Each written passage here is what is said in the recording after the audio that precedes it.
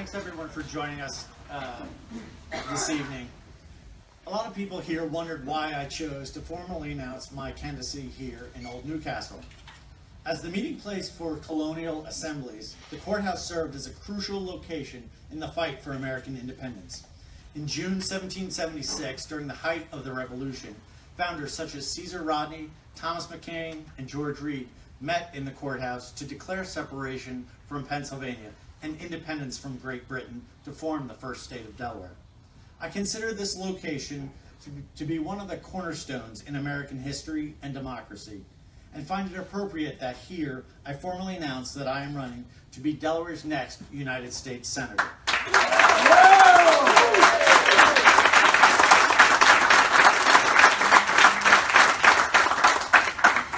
I've always felt a calling to public office, and I think a lot of that sense of service was instilled in me by my dad. His name was Henry Boyce.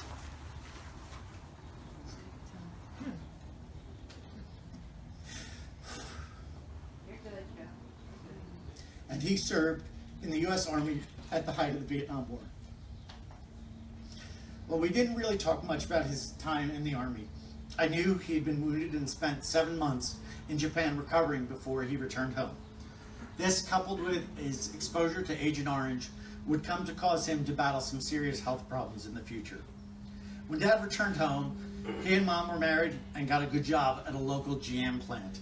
They bought a house, had 2 kids. There were tough times, but we all got through it together. It wasn't until much later that I was exposed to the bureaucracy of Veterans Affairs. My father was diagnosed with stage 3 melanoma. He underwent several surgeries to remove his cancer. A PET scan was ordered every 6 months to monitor his health. It was explained to us that the PET scans weren't available at the hospital in East Orange, and the VA would provide transportation to another facility in either Midtown Manhattan or Brooklyn, New York. Both trips were at least 90 minutes from his home, and he most certainly passed civilian facilities that had PET scanners available. However, the bureaucracy of the VA insisted that someone recovering from cancer commute from Jersey to Manhattan to see how his treatment was progressing. In 2012, my dad's health had declined to the point where it no longer made sense for my parents to stay in New Jersey, and they joined us here in Delaware. He was about 72 at the time and was receiving all of his medical care through the VA health system. His care required an average of 6 to 8 appointments per month. Although the VA system had switched to electronic filing, we had the hardest time transferring his records from the VA hospital in New Jersey to the one here in Wilmington so that he could continue to receive care. For example, during an appeal regarding his level of disability, we had to travel back up to East Orange to pick up boxes of his records and copies of his scans. Finally, after we assembled all the records, the appeal for an adjustment in his disability coverage could finally be submitted. It was also during this time he was prescribed a round of hyperbaric treatments. Again, no chamber was available at the Wilmington Hospital, and they suggested that we bring my father to Wilmington so he could take a shuttle bus every day from the VA hospital in Wilmington to the facility in Philadelphia. This was about the same time these kinds of absurdities were being exposed in the VA. With a very firm approach, we were finally able to get approval for him to receive the treatments at St. Francis Hospital in Wilmington. I'm not sharing this story with you to complain about being an advocate for my father. My family and I did everything we could for his well-being. I'm sharing this because not every veteran has a support system that they can lean on to ensure that they get the proper care that they deserve. Because of the sacrifice of our veterans while serving, it is our responsibility to make sure they are well taken care of when they get home. This means providing the best possible medical care available for their physical needs, as well as ending the stigma for mental health treatment. Our veterans come home to face unacceptable wait times at VA hospitals. Billions of dollars have been spent over the past several years implementing solutions, but these attempts have failed to make a noticeable difference. Politicians introduced the Choice program in hopes that it would help. However, new hires were distributed evenly throughout the system instead of addressing the facilities with the largest backlogs. In addition to delays continued for veterans seeking approval to see civilian doctors. This program has simply not been as successful as it needs to be.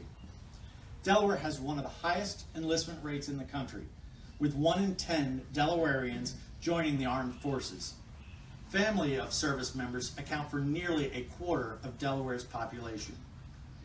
Most veterans currently receiving care served during the Vietnam era, and their families, just like mine, are forced to navigate a broken system in hopes of receiving treatment for their loved ones. Families of service members deserve to have an ally in D.C. with their best interests in mind. Our veterans and their families deserve to have answers for the inefficiency in the VA. This is simply not a place for guesswork. If elected, I will advocate for the strategic use of our resources dedicated to giving our veterans and their families the best treatment possible in a timely manner.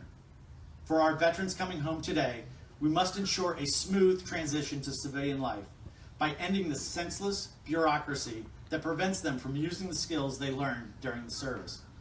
If we are going to take the time to teach them skills they are capable of carrying out in a war zone, we need to make sure the curriculum meets the requirements necessary to carry out those same careers once they're back home. We have truck drivers, flight engineers, and medical technicians that come home to find their certifications don't carry over to the private sector. As a small business owner, I've seen up close how unnecessary regulations not only burden our veterans, but burden entrepreneurs as well. These regulations create a cost of business that small businesses simply can't overcome. Too many startups can't make the inroads to compete in various markets.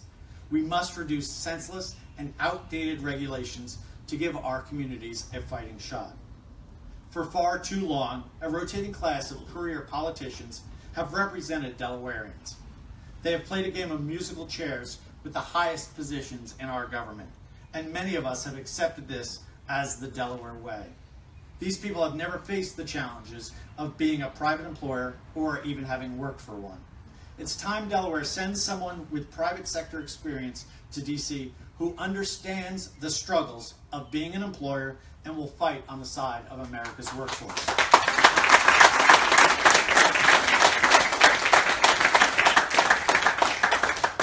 Since 2000, over 5 million manufacturing jobs have moved overseas because of job-killing government regulations.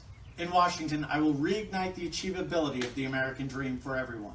We can encourage growth in developing industries by preparing communities for the modern workforce. Whether that means adjusting policy to attract manufacturing jobs back to Delaware, or redirecting funding to better prepare our communities to succeed in the trades, medicine, or technology, we must direct students towards careers in growing fields. Over the course of the next several decades, the level of innovation will allow students to seek employment in the fields that provide prosperity and financial security. Adjusting what is taught in our schools and how it is taught will allow families from all communities to achieve success. Many of the technical and medical programs that are being fostered in our middle and high schools are providing opportunities for graduates to immediately begin relevant careers and thrive. It is imperative that we provide these alternatives to a system that leaves students with crippling student loan debts. Many students choose this path with the false hope it will provide a return on their investment. It is time for the taxpayer to stop backing student loans for jobs that simply no longer exist.